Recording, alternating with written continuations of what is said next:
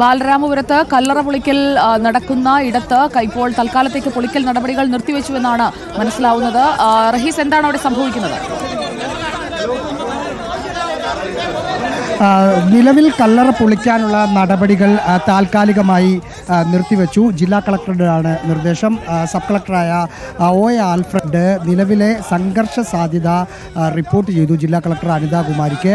അതിൻ്റെ പശ്ചാത്തലത്തിലാണ് ഉന്നത ഉദ്യോഗസ്ഥരുമായി സംസാരിച്ചതിന് ശേഷം അന്തിമ തീരുമാനം അറിയിക്കാമെന്ന് സബ് കളക്ടർക്ക് ജില്ലാ കളക്ടർ മറുപടി നൽകിയത്. അതുവരെ പൊളിക്കൽ നടപടികൾ നിർത്തിവെക്കാനുള്ള നിർദ്ദേശം നൽകി. അതിനനുസരിച്ച് താൽക്കാലികമായി പൊളിക്കൽ നടപടി നിർത്തിവെച്ചിട്ടുണ്ട്. സ്ഥലത്തിപ്പോഴും സംഘർഷാവസ്ഥ തുടരുകയാണ്.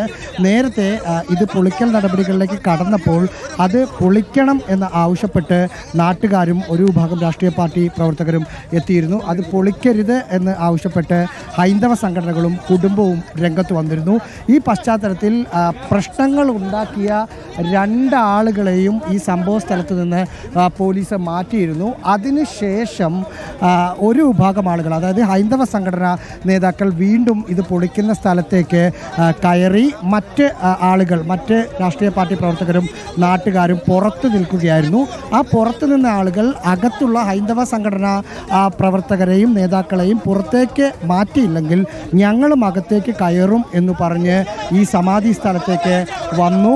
ആ വന്ന ആളുകളെ പോലീസ് തടഞ്ഞ് ഇപ്പോൾ പുറത്തേക്ക് ഇറക്കുകയാണ്. അതായത് ഈ കോമ്പൗണ്ടിൽ നിന്ന് ഇറക്കുകയാണ്. ഇതിൽ നാട്ടുകാർ